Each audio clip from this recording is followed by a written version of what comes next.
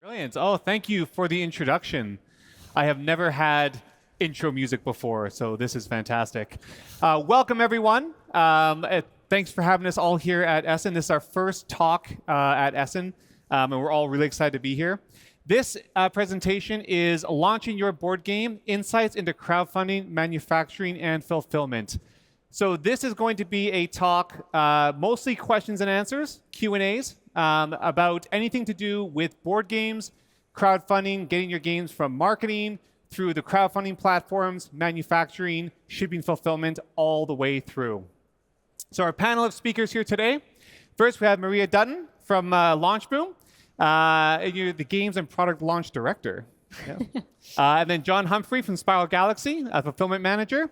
Myself, Tyler from Panda Game Manufacturing. I'm a Senior Project Manager and Pre-Press Specialist. And then we have a special guest, Mike Cassie, also from Panda Game Manufacturing. He's our Director of Technology, but he's also the co-founder of Grey Ridge Games and designer of Weirdwood Manor. So he is going to have an insight from the publisher side through the entire crowdfunding process from start to finish. So we're going to briefly introduce ourselves and talk more about our respective companies, and then we're going to open the floor for questions and answers. So please have some questions on deck for us.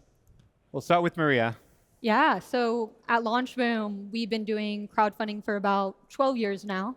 And what we specialize in is helping tabletop creators go from start to finish on their crowdfunding campaign, specifically with the marketing strategy. So what that typically compromises of is building out your marketing strategy, so getting a page set up, an email newsletter, an ad strategy, and then making sure that with that, you're building up an audience leading into your campaign so that you are bringing the crowd. You have enough momentum within your campaign to get fully funded within the first 48 hours of your launch, sometimes hours, sometimes even for some of our clients, minutes.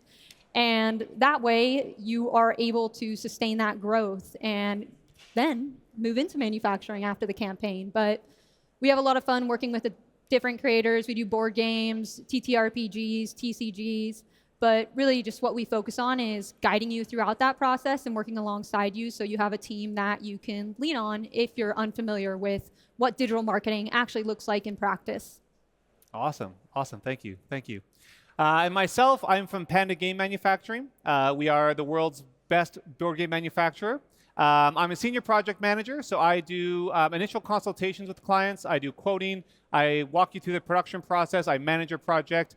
I even check your print files as well. So I do the entire, hold your hand from the first contact through quoting consultations all the way through to helping with fulfillment. And with me from Panda is Mike, and I'll have you introduce yourself as well and your background. Thanks, Tyler. My name is Mike Cassie. As Tyler mentioned, I'm the Director of Technology at Panda, but I'm here primarily today to talk about the publisher experience in terms of bringing your board game to market. I co-founded a small publishing company called Grey Ridge Games, and I designed our first board game, Weirdwood Manor.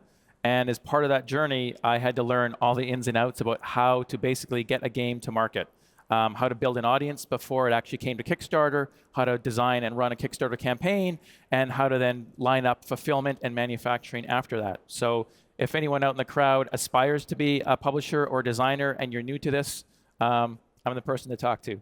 Thanks. Awesome, thank you. And then last up, we have John.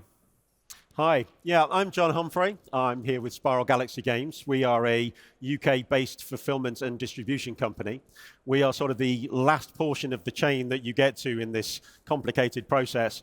And we essentially help you get your game out of China once it's done the manufacturing and get it to the UK, and then from the UK into the hands of your backers, your customers, whether it be in the UK, whether that also into the EU or rest of the world. Obviously, it's getting to be something of a complicated nature out there at the moment, and there's lots of different legislation and lots of things like that that you need to sort of understand, and we can help you navigate that. We can help you understand what you need to understand, and between all of us tied in together, we can try to make this as least a painful experience, I think, as possible to give you the best experience all round, which will allow you to give your customers the best experience all round. Yeah, thank you. Awesome, perfect. So that's who we are. That's where we're coming from. We're going to open the floor now for questions because we normally have a lot of questions to get through. If you know who you want to direct your question to, whether it's something to do with marketing, campaign planning, manufacturing, shipping fulfillment, or some insights from the publisher side, feel free to direct your question to one of us. If not, I'll be the MC and I'll kind of direct your question to where I think it needs to go. So we have this lovely foam cube, which is a microphone, put up to your mouth like this to talk, and I'm supposed to throw it at the first person who wants to have a question. Yeah, hands ready. Here we go.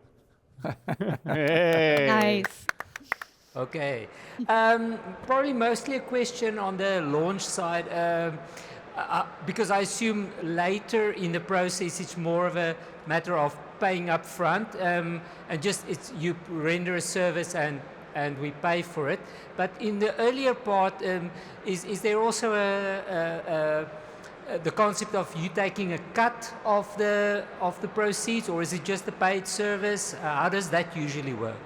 Yeah. So are you referencing our services specifically? Yeah, maybe going along the chain as well. You know, at which point does the company taking a cut of the profits stop, and it just becomes a service? That's what I'm interested in. Yeah, it's a great question, and it will vary depending on the partner you work with.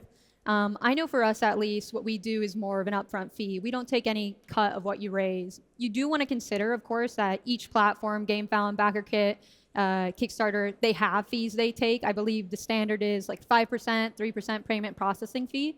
But there are other really great marketing companies out there who help in the launch process, like GelUp or BackerCamp or BackerKit, that might help you do some part of the process, like running your ads. That might take 15%.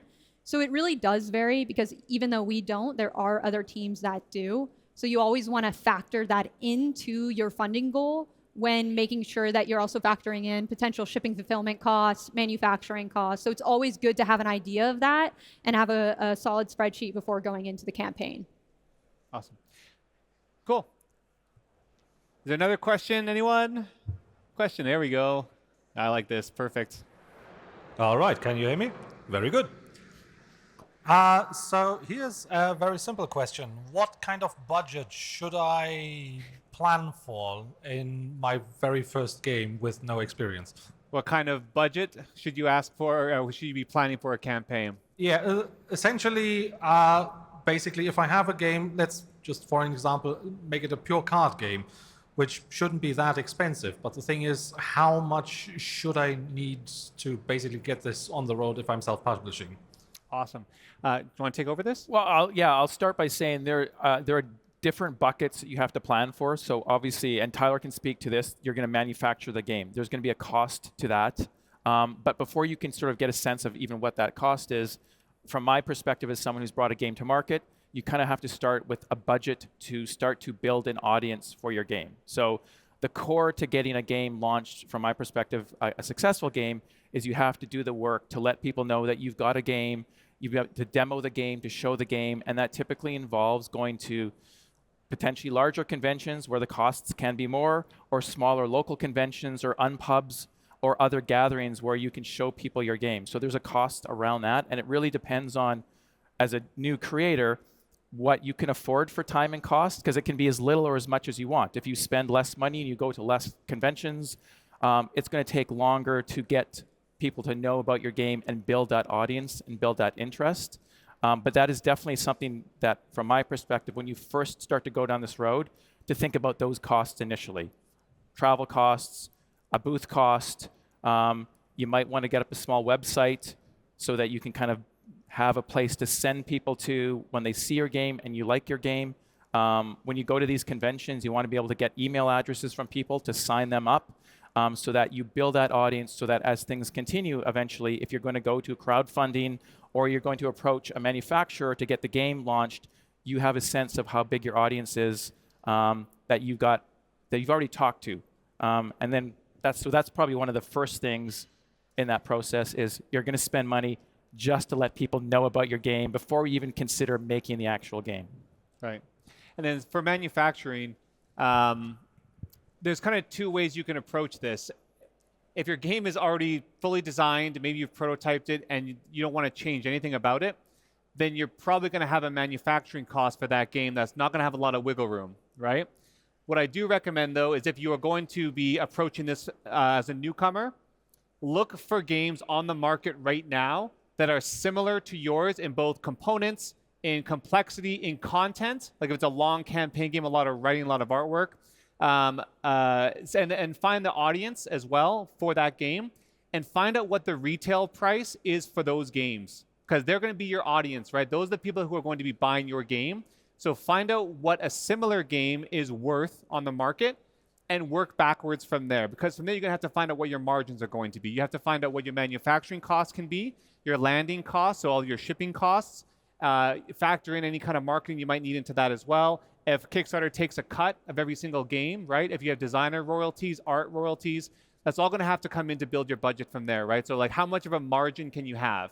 If your game costs $5 to manufacture, right, per unit, is a 5 times margin, $25 retail, is that going to be enough to cover all of those expenses as well, right?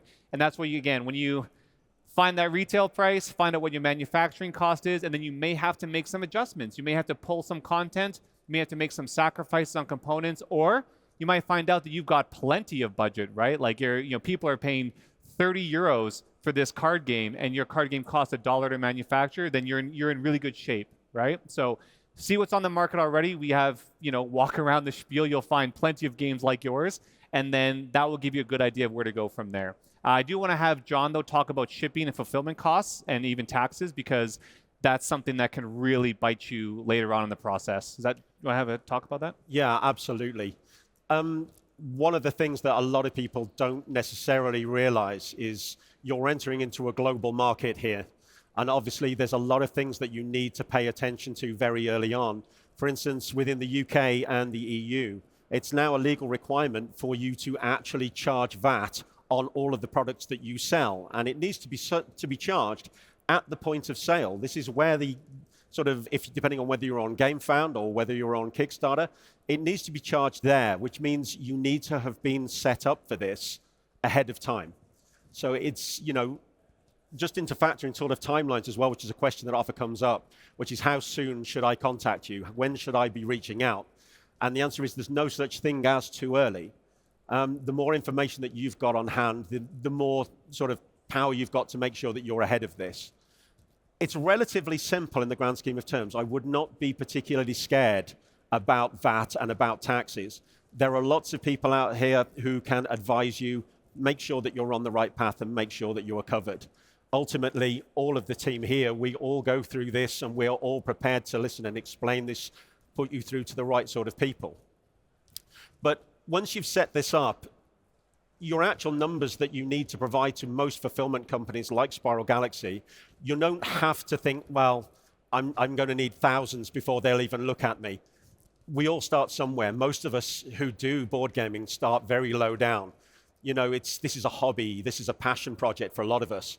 So don't be concerned that maybe I'm going to be going to a fulfillment company with only maybe 10 or even 20 games. I think the smallest fulfillment I've ever done was 2. We all start somewhere. Even the likes of Jamie over at Stonemaier Games start small and then grows. So don't be afraid to sort of put your feet in the water. Just make sure that you're asking the right questions, talking to us and budgeting it correctly from the start. And genuinely, you can't go too far wrong. But it's that asking questions all of the way that you need to do. Yeah, and I'll just add that we're up here talking to you all, giving you some answering some questions and some advice. When you start that process, reach out to companies, Spiral, Panda, Launchboom, other suppliers.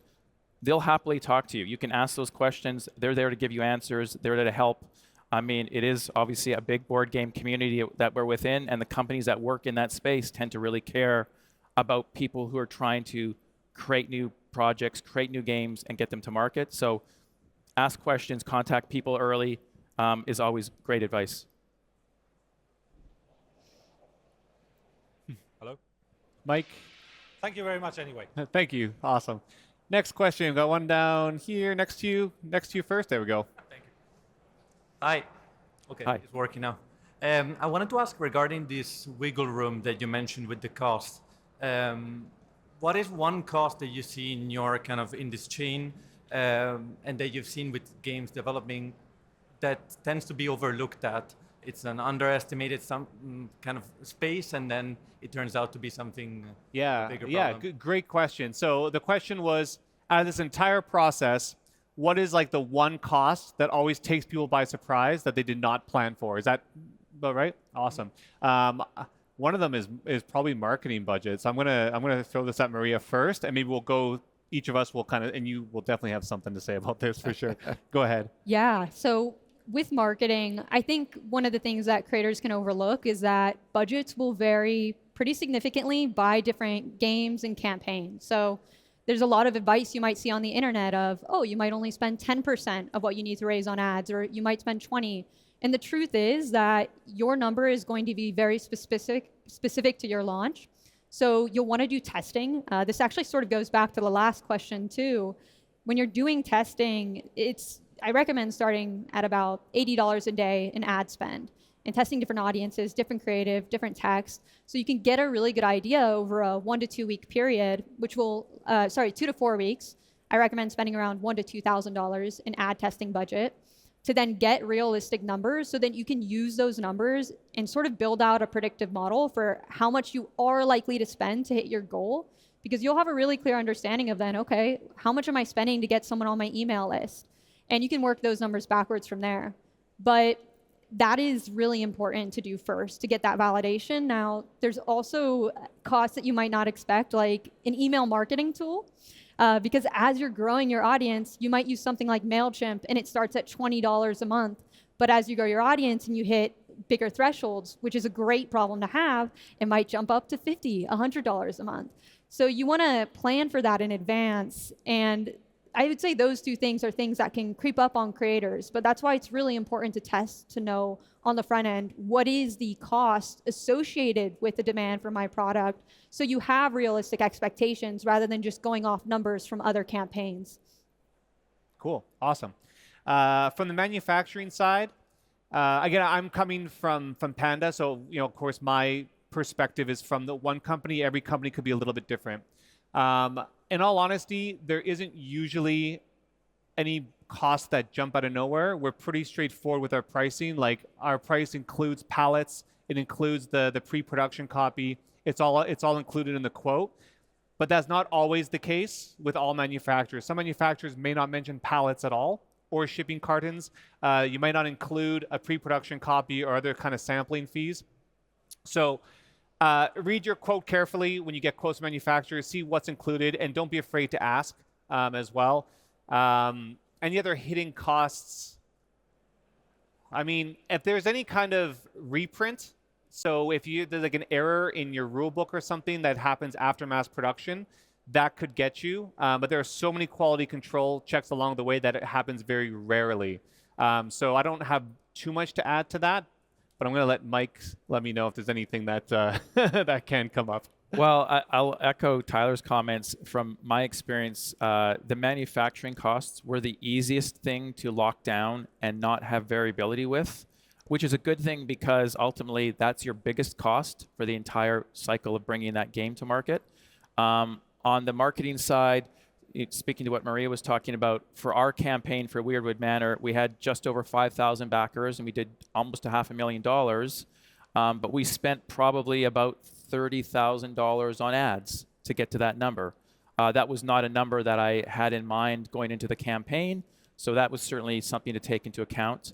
And then I would say the other thing that was a little bit less predictable for a content creator creating a new game was the shipping part of the equation. And that, obviously John can speak to that more, but from my perspective, that was really tied to, there's variability in terms of what costs are to ship games from things change in terms of those costs, and those aren't something you can always get locked down super far in advance. And even sort of learning all the nuances of getting games to all the different countries. You come to Kickstarter and we had to ship games to the South Pacific. We didn't expect to get backers there. We were happy to have them.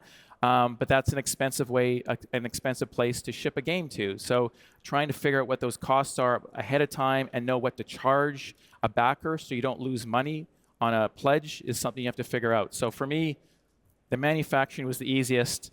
The marketing was a cost we hadn't really thought about, and the shipping was maybe the difficult thing to figure out. Yeah.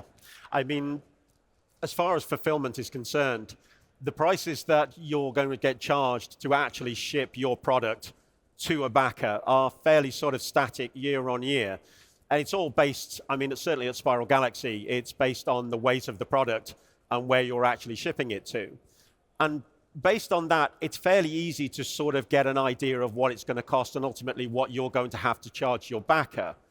There are a couple of sort of trip-ups. I mean, the first one I will mention, which is a constant trip-up for a lot of people, that's quite common with a lot of people like to include on their pledges, and that is a playmat.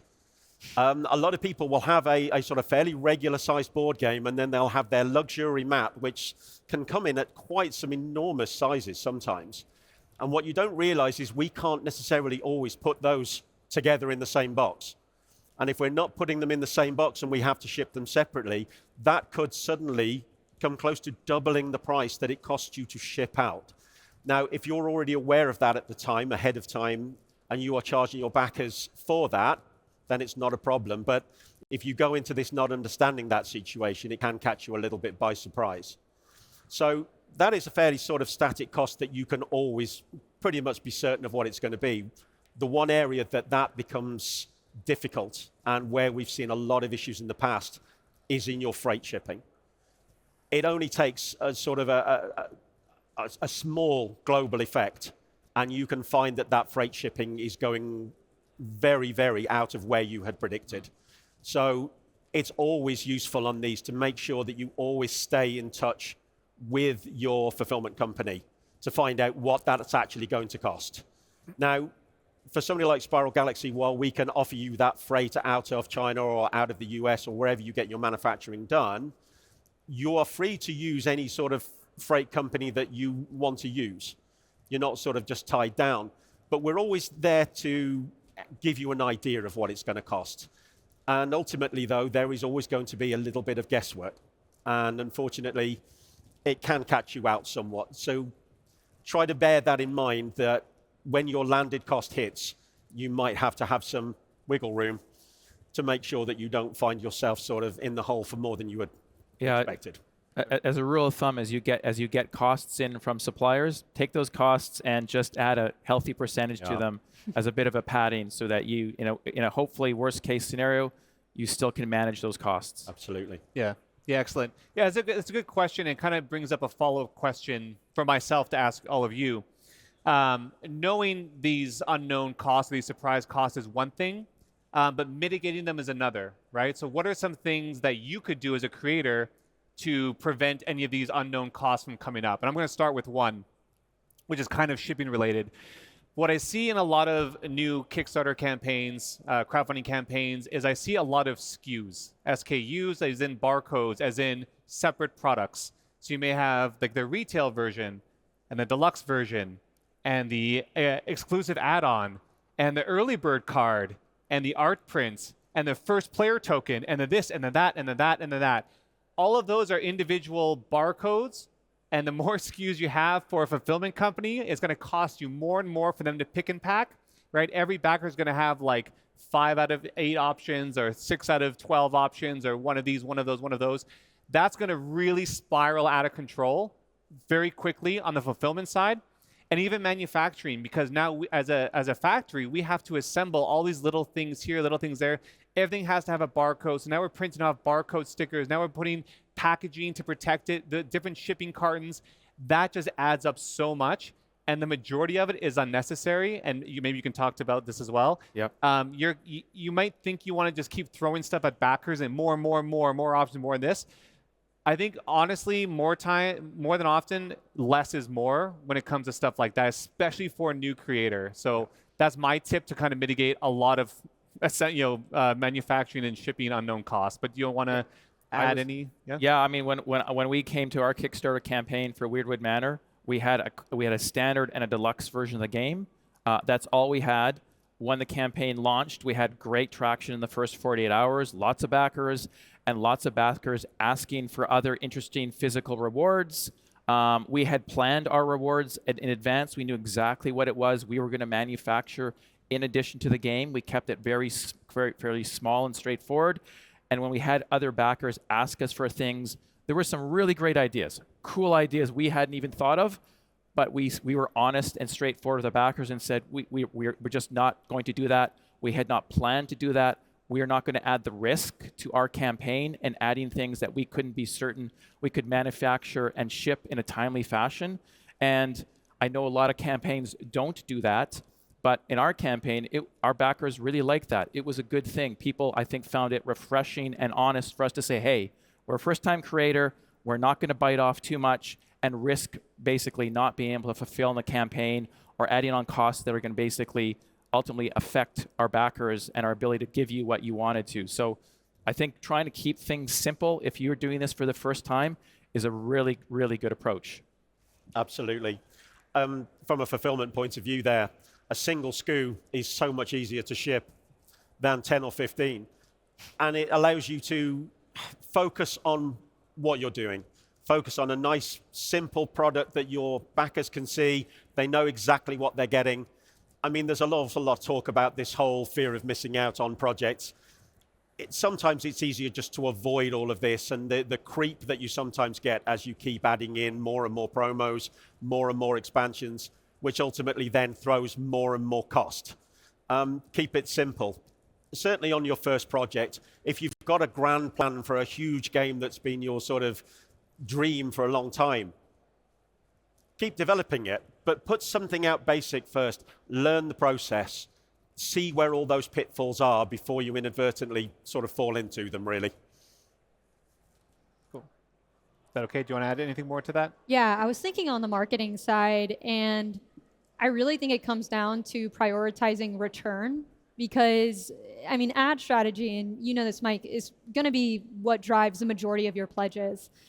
There's other strategies though, right? You can diversify your marketing strategy. You could do more organic marketing, social media. You could attend conventions. You could get reviewers. But I would prioritize what is working and what you can measure a return from. And that's going to be the best way to keep your costs lower. I see a lot of creators want to engage with a lot of influencer reviewers, which is great. I think that is incredible from a credibility standpoint, and you will have some traffic flow in. But I've seen the mistake of engaging too many potentially in some campaigns where maybe you're paying 5, 10 influencers and really maybe all you need is 2 to 3. And the reason why I mention that is because you can't really measure the return from that, especially not with crowdfunding, but you can measure a direct return on ads. So prioritize what you know you're getting a strong return on first and foremost. And from a marketing standpoint, I really say that is one of the most important things. Don't get carried away with spending too much in different areas if you can't understand what you're getting back from that.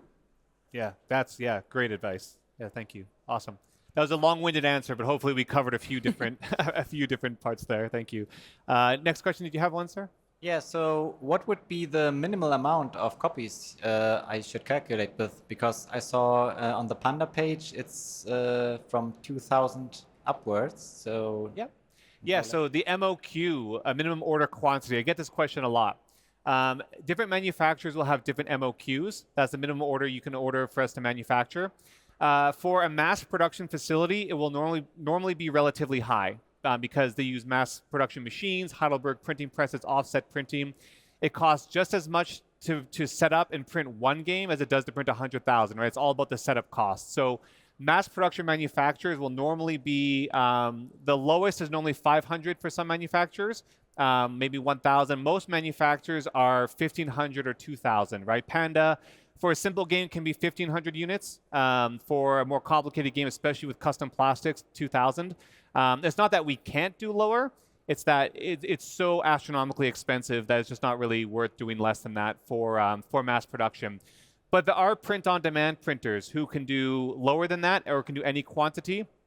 Like, for example, GameCrafter, there's certain services where they only print when people order. Like, you order the game on their shop, and they will just print one copy to ship to you. Other manufacturers, use digital printing. They can do like 50 copies, 100 copies, a lot easier than that. But yeah, MOQ normally around 15 to 2,000 units for most mass production manufacturers. Some will go as low as 500. Does that help? So if you split up your game in a Super Collector collection and a normal one, so that is 2 different games then, right? Yes, that's a very good question. I get this one an awful lot. I'm glad you brought it up because I was probably going to bring it up if you didn't. So I'm not paying him. He's not planted in the audience. So yes, for crowdfunding games especially, this is very unique where you would normally have like a basic or retail version. and then a deluxe or like a Kickstarter exclusive version, right?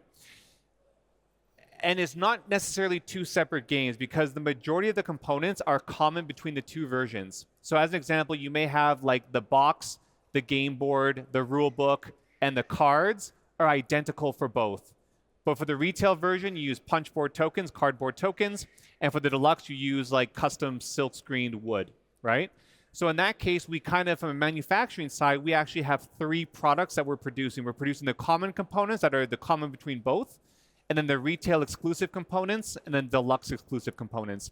So as long as the MOQ of the common components, like the entire run, is around 1,500, 2,000 units, it is possible in some cases. Again, it all depends on the game and the components. I'm not saying every game can do this, but usually it's doable, right? You might have, let's say, 2,500 common components, and you'll have 1,500 deluxe and 1,000 retail, for example, right? And yes, the retail is below the MOQ, but usually we can make something work because the entire print run is a lot larger. And the same thing goes for language version. If you're doing multiple languages in a single print run, what we'll normally do is we will do a plate change. We'll swap out the printing plates. So you can have as low as 500 units on a different language, because as long as all the components are the same, we'll run all the English cards, right? And then we'll swap out the printing plates for German, run the German cards, and swap out the plates again. So your pricing's based off of like that bulk, like of all the languages together, and we're just doing one-off costs for the plate change. There's like a one-off fee, anywhere from $100 to $200, depending on the number of colors in the component, double-sided or not. But that's how we'll do that as well. And that's how you really can start to lower your costs when it comes to manufacturing. If you can do the retail and the deluxe and do other language versions at the same time, that makes things cheaper for you, and it obviously helps you make more money. Yeah, and you're going to see that a lot right now. That's a big trend the last 2 years, I think, in crowdfunding.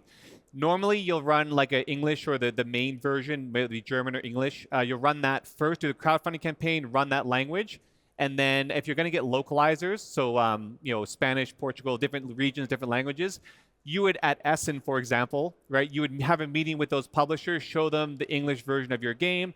They love it. They will sign up for a print run through you or on their own. That could be complicated. But that is how it normally happens. But recently, with the global market, with services and consultants like MLB Vanguard, for example, where they will bring localizers on board in advance, it's quite often that your first printing will be a combined print run with you in other languages. And so that changes the complexity of the project quite a lot. But it does allow smaller publishers to get in on a Kickstarter a lot earlier due to those connections that are being made much earlier on in the process. That's a trend I've seen the last couple of years. Anything else to add? Okay. One more follow-up for the shipping. Does it make any difference when you have a lot of copies or less? Or is it the same price all the time? Generally speaking, when you're shipping out of China, for instance, there will be a minimum rate. So for us, it's generally speaking 2 cubic meters or approximately 1 pallet. Anything less than that, then you're basically going to be paying the same amount. But we tend to find that for most print runs that are coming out, we'll sort of start out at around about 1 to 2 pallets anyway. And then it just goes up from there fairly linear based on that. So ultimately, not really. Awesome. Thank you. Thank you. Nice. Good throw. Good catch. Hello. Hello. Hi.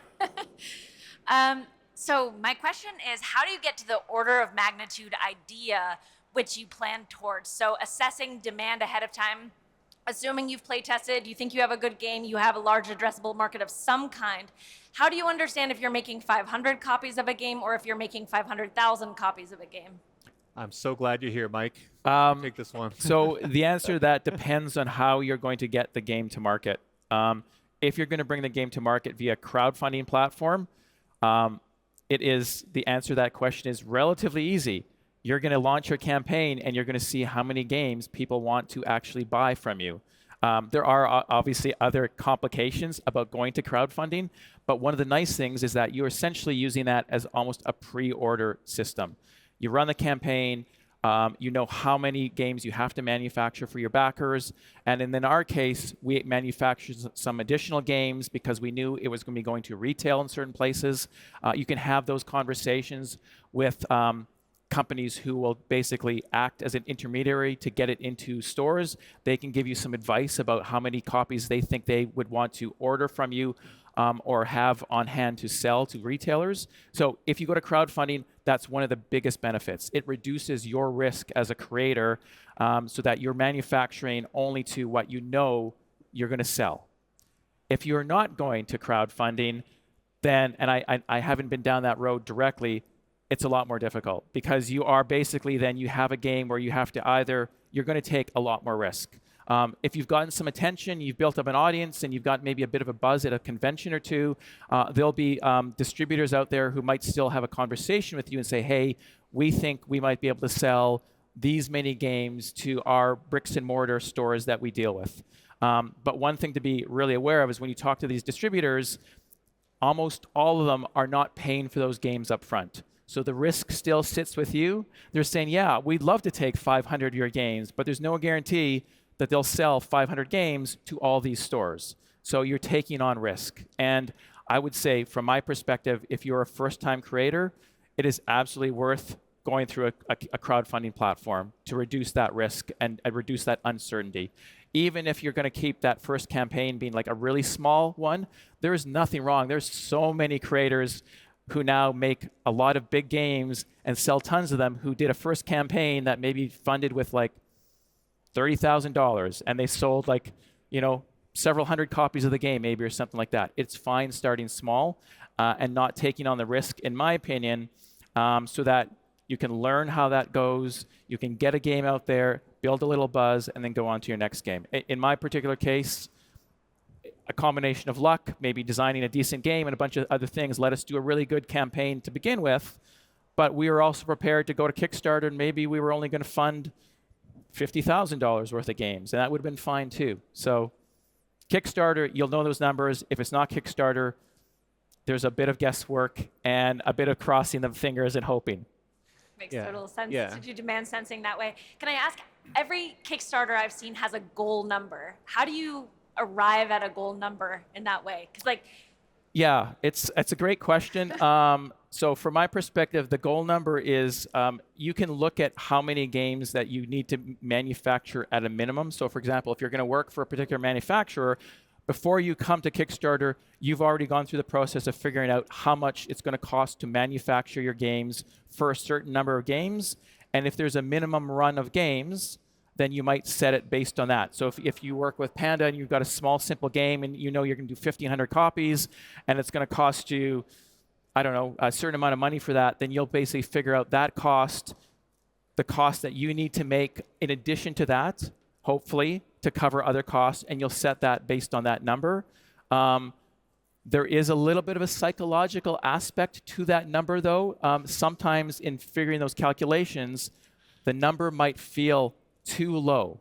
And if you launch a campaign and you ask too little money, that can sometimes trip up certain backers, and they may have some doubts about whether or not this is worth investing in.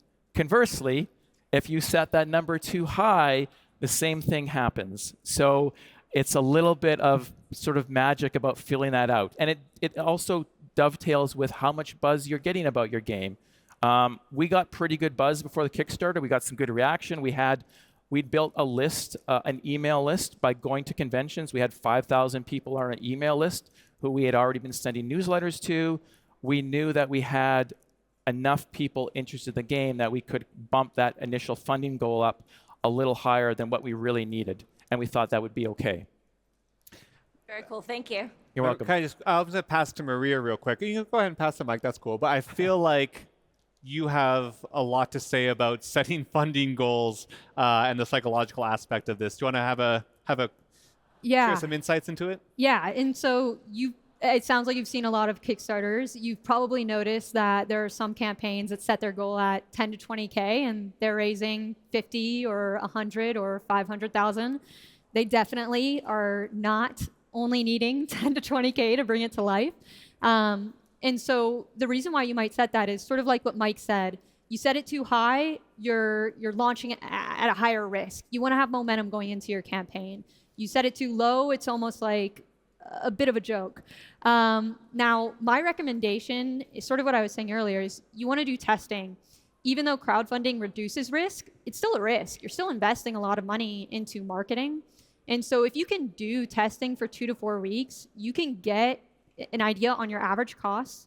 You can get an idea on the timeline it took to build up a certain size email list. You can build out projections and know that for the average creator, about 2 to 6% of people from your email list are going to convert. It can be higher, it can be lower. But you want to go off of averages and work backwards from there. If you have followers on your Kickstarter or GameFound, that might be more of a 10, 20% conversion rate on average. If you have people pre-committing, let's say in the form of a deposit, that's going to be more in the 25, 50% range. So you want to have ranges to work off of so that after you go through testing and you see your initial numbers, you can reverse engineer from there. And that will give you an idea as you move forward what to expect on day 1, day 2 of your launch. And so that's how we approach it. And so when you're building up to that point, when you're thinking about what should my external goal be, what you show on the Kickstarter versus what's my internal goal, you want to choose something that you know you're going to hit, but at the same time, you know you're going to bring that game to life based on the list you've built. So you don't just want to set it low to hit that goal. You should be doing that responsibly, knowing that you have a large enough audience to actually bring it to life in manufacture and that you'll have the funds to do that. And I'll just add to that, when it comes to creating an audience for your game before you come to crowdfunding, you really have to appreciate that it can take a long time. You need to start early. Before we went to Kickstarter, we started building our list a year and a half before we went to Kickstarter. Attending conventions, unpubs, small local gaming groups and whatnot. So you need to give yourself enough time to build that audience, because the easiest way to reduce risk and the most cost effective is to build an audience before you commit to spending potentially large amounts of money on manufacturing, a larger marketing campaign, all those kinds of things. So it still costs money to go to conventions, but relatively speaking, it can be a lot cheaper than some of the other costs. And I'll add to that, if you're planning to go to crowdfunding, I would highly recommend that you get your pre-launch page up as early as possible. The one thing that we made, from my perspective, was a mistake, is we thought we would wait until we had more information about the game, that we'd finalized artwork, that we had a video. We shouldn't have waited that long. We should have put our pre-launch page up as early as we could and let it sit there, because when you start to talk to people, you gather email addresses from them, and you want them to take an action. You want them to go to the pre-launch page and click on the notify button. And the earlier you can start that, the better as well, because that helps, obviously, when you kick off the campaign. In that first 24 to 48 hours of that campaign, you want lots of backers, you want lots of traffic, you want other backers to see that number go up, because what Maria was talking about, if you set that number too high and people see that, oh, it doesn't look like you're going to get to it, lots of backers are on the fence to be like, I'm not putting any money down. Or maybe I'm only going to I'll just do $1 pledge if you've got that option. So you want that audience so that in that first day or two, people see those numbers start to shoot up. It helps other backers decide to back your game. And it also, for most of the crowdfunding platforms, will capture their intention internally. Yeah. So they're obviously monitoring the campaigns and how they're performing. In our case, because we had really good traction the first day or two, we were featured on the main games section for Kickstarter, and then we got featured on the homepage of Kickstarter, which is obviously lots of games that does not happen. And that was a product of the fact that we had really good traction in the first day or two. Cool. Yeah.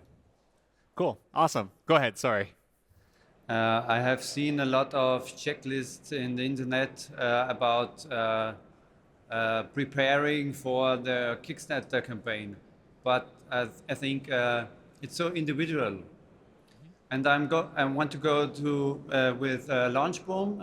I'm in contact with Jesse Tyson. Amazing. Actually, and now I can tell you I have a nearly finished game. I have social media, plenty of followers, not that much, of course. And I also have a promo video, actually in the post-production. What is the next step? What is my homework? Yeah, that's a great question. I guess I would ask you, do you have a landing page or a pre-launch page set up yet? Okay, that's your next step. Like Mike was saying, you need that as soon as possible. I get asked a lot, like, what is too early? There is no too early, there is too late. So want to make sure that you have at least an absolute minimum of 2.5 months before launching of marketing and having that page set up. But I say do it as soon as possible. That would be your next step. We sort of think about crowdfunding in 3 phases. So phase 1 is building out your marketing materials. That requires a landing page. Before landing page sort of comes the messaging and positioning strategy. So who's your audience? How do you want to speak to that audience? You want to think of that before creating the page. If you work with us, that's something we can help you with. But that page is really important because no matter what, you want to have somewhere you can point people to. And a secondary step of that is making sure that you have an email sort of automated sequence built out so that if people are joining an email list, they have a welcome email coming to them. So first, the page build out. Second step for you would be then getting that email sequence set up and tracking. Tracking is really important. You want to know stuff like your conversion rates. There are benchmarks within this industry you want to hit. So when you have tracking built into that page, you can understand, is it working well? Is it not? Are there things I need to change? And I'll just add, in terms of those next steps, you've obviously spent months, maybe years, working on a game, refining it. You've put all this effort in. When it comes to getting the pre-launch page up and building up followers on there, it's not a race. Don't be in a rush. Like, you know, Maria mentioned at least 2.5 months. It might be worthwhile for you to launch that pre-launch page and take another 6 months to let it build up and continue to talk about your game, because you only get that one chance really to launch that campaign. And if you don't have enough people who know about your game and you've put in all that time and effort and it doesn't happen, it's very difficult then to overcome that and do a relaunch or still get that game to market. So you've invested all these months or years. Don't hesitate to allow yourself more months to allow that follower count to build. Cool. Cool, thank you. We're coming up on the 15-minute mark before we end. So we have time for 1 or 2 more relatively quicker questions. Yeah. Hey, doing? This is for Tyler and Mike. So I'm curious on the manufacturing side, specifically around innovation. Are there things that you're seeing in the future or you're doing now in kind of small batch ways that you think, when you think about the future of game manufacturing, that you feel like will be possible, that you're really excited to see in the future? Does that make sense? Yeah, good, fun question. So the question was, what kind of new technologies or features or evolutions are we seeing in the industry from the manufacturing side? We are starting to see a lot of magnets in all shapes and forms. A lot of magnetic games are being used in really creative ways. We've seen a lot more electronics and app-assisted, obviously. Augmented reality, I think, is going to become more and more prevalent. Things like even just like RFID chips, QR codes, anything that integrates the physical components into more digital style, I think is going to come a long way. We are also seeing a lot of, this is not manufacturing, we've seen a lot of IPs coming to board games, or the other way around. I guess Catan and Netflix has a thing coming. That's pretty cool. But a lot of big video games, or the video game gets launched and within 6 months they've announced a board game. It's crazy how the culture is becoming more popular in general. So do you have any other trends you're seeing? For me, the thing that this is more of a personal passion answer. I love seeing games where people take traditional materials and try to manufacture them, do things with them that we don't typically think about. I'll speak. Weirdwood had a game where the board rotates and rings rotate. I've seen other round boards with some interesting rotating mechanisms, and it's just still cardboard and things. Stuff like that is cool. Not that it's not the best example, but just because Silver Frost just came to my door recently, putting together the 3D mountain, things like that I think are cool. So, our games are traditionally based in relatively simple materials. What you see is people trying to figure out other ways to kind of use those same materials and manufacturing processes in ways we haven't thought about. So I find that personally exciting when I see people come up with things like, wow, why did I never think about that? How, just cardboard and paper and glue that you can do something super awesome. And I think for us as a manufacturing company, that's super exciting to see creators come up with stuff that we never thought about. It's really cool. So yeah. And another thing that I always have to push this every time I talk in front of people, we are seeing a bigger trend with of creators and designers, and I know all of the Panda project managers are really adamant about this, is an emphasis on the user experience and the user interface. So like proper storage solutions for your games, right? Like ease of use, components that make sense for the gameplay and the theme, not just throwing stuff in the box because it looks pretty. Usability, accessibility there's been a huge emphasis, and that's not necessarily like a physical manufacturing trend. That's a very intentional product design decision that we always push forward for whenever we can. And a lot of our clients, long-term clients, have really led the way in a lot of those features as well. Yeah, and I'll just add on that. When I manufactured my game with Panda. I did talk to a lot of great manufacturers, and obviously wanted to kind of see what was out there. And one of the things that surprised me as a new content creator when I worked with Panda, I'm sure this would be the case with other manufacturers, is when I got assigned someone to work with in the company, they had some ideas about how to manufacture my game and how to deal with some of the physical components that hadn't occurred to me. Because I was new to this, I didn't understand manufacturing, I didn't understand all the things you can and can't do with it.